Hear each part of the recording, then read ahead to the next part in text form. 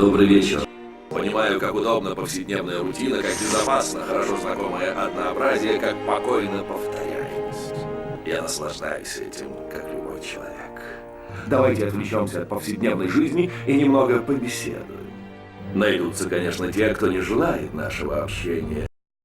США. Скотские шлюхи Америки. Что тут можно добавить? У курицы память 15 секунд. Сколько у американской дипломатии, точно неизвестно. Крупнейший в мире лепрозорий. Сначала убрали из обихода христианские нормы, создавшие Европу, а потом стали ставить под сомнение и нормы традиционной семьи. Я там был, я все видел.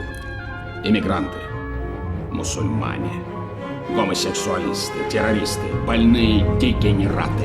Куда им и дорога?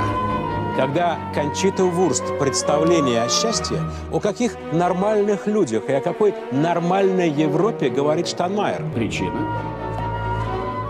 Безбожие. Так или иначе, таков мир, в котором мы живем. Он переменчив и парадоксален.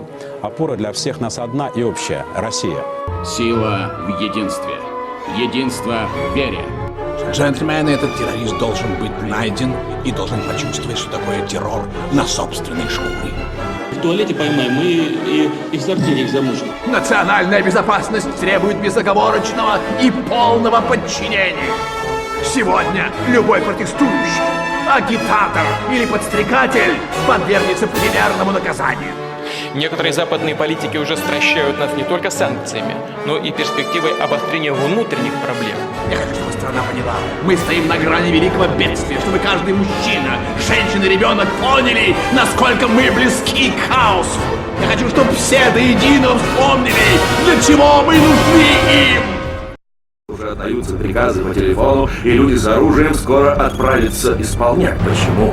Потому что хоть вместо беседы им можно использовать дубинку, слова никогда не потеряют свою силу. Слова передают смысл и возвещают истину тем, кто им внимает. А истина проста. С нашей страной творится что-то неладное. Нетерпимость и угнетение. В стране, где когда-то была свобода инакомыслия, где человек мог говорить то, что думает, теперь властвует цензура и тотальный надзор. Как это случилось? По чьей вине?